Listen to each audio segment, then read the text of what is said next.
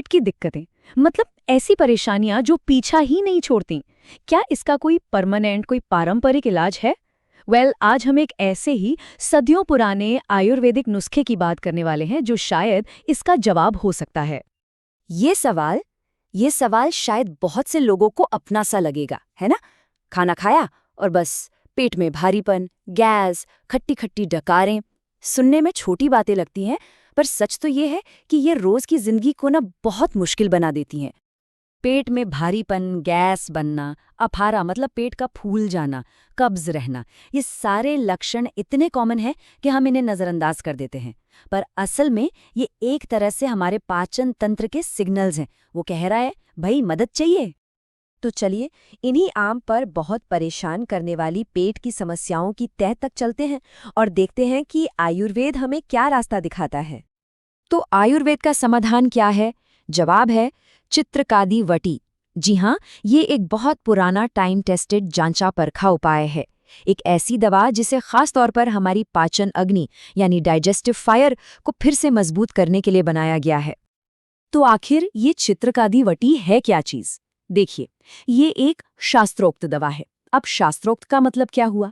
इसका मतलब है कि इसका फॉर्मूला हमारे प्राचीन आयुर्वेदिक ग्रंथों से सीधे लिया गया है। ये कोई आज का नया आविष्कार नहीं है, बल्कि सदियों का ज्ञान है।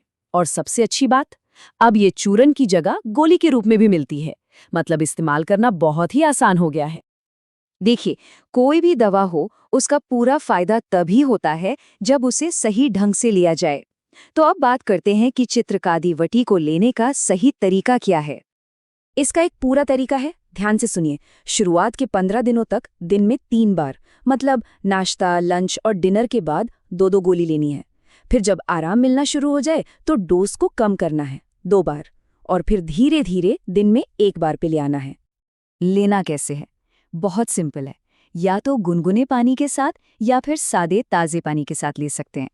हाँ, एक ज़रूरी बात, अगर गैस या डकारें बहुत ज़्यादा परेशान कर रही हों तो सुबह वाली डोज खाली पेट लेना ज़्यादा असरदार हो सकता है।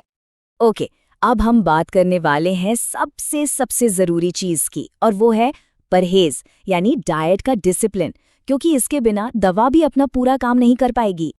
ये बात गांठ बांध लेने वाली है। आयुर्वेद का ये एक गोल्डन रूल है। इलाज सिर्फ दवा नहीं करती, आपकी जीवन शैली करती है। दवा तो बस एक टूल है जो तभी काम करेगा जब आप खान पान का अनुशासन रखेंगे। तो सवाल उठता है कि किन चीज़ों से परहेज करना है। लिस्ट बहुत लंबी नहीं है। मेनली 3 चीज़ें हैं जिन्हें आयुर्वेद पाचन के लिए भारी मानता है। एक है अरहर की दाल, दूसरा है चावल और तीसरा है खट्टी चीज़ें जैसे अचार वगैरह। इंटरेस्टिंग बात यह है कि नींबू से परहेज नहीं करना है, उसे आप इस्तेमाल कर सकते हैं। और ये परहेज कब तक करना है? देखिए, अगर परमानेंट रिलीफ चाहिए तो करीब करीब 1.5 से 2 महीने तक इन चीज़ों को पूरी तरह से कंप्लीटली छोड़ना होगा। यही वो अनुशासन है जो स्थायी समाधान लेकर आएगा। चलिए, अब कुछ और ज़रूरी बातों पर ध्यान देते हैं। ये जानना बहुत ज़रूरी है ताकि हमारी उम्मीदें बिल्कुल सही हों। आयुर्वेद और एलोपैथी दोनों के काम करने का तरीका बिल्कुल अलग है। इसे समझना ज़रूरी है। जैसे गैस की गोली, डीएसआर वगैरह, वो तुरंत आराम देती हैं, मतलब लक्षणों को दबा देती हैं। वहीं आयुर्वेद प्रॉब्लम की जड़ पर काम करता है। तो हाँ, इसमें टाइम थोड़ा ज़्यादा लगता है, पर इसका मकसद है परमानेंट सॉल्यूशन। और हाँ, एक और ज़रूरी बात, अगर कोई पहले से ही गैस की एलोपैथिक दवाएं ले रहा है और फिर उन्हें छोड़कर इस पर आता है, तो शरीर को एडजस्ट होने में, तालमेल बिठाने में थोड़ा टाइम लग सकता है। तो ऐसे में सब्र रखना बहुत बहुत ज़रूरी है। लेकिन अगर मामला ज़्यादा गंभीर हो तो? मान लीजिए फैटी लिवर की दिक्कत है, या फिर लिवर के एंजाइम्स, वो जो एसजीपीटी, एसजीओटी होते हैं, वो बढ़े हुए हैं, तब क्या करना चाहिए?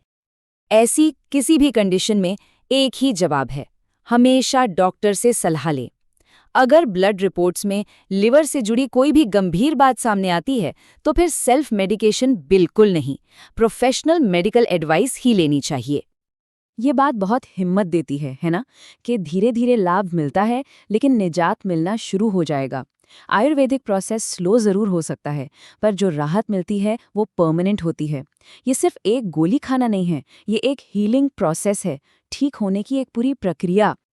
तो आखिर में बात घूम फिर कर दवा पर नहीं बल्कि अनुशासन पर आ जाती है।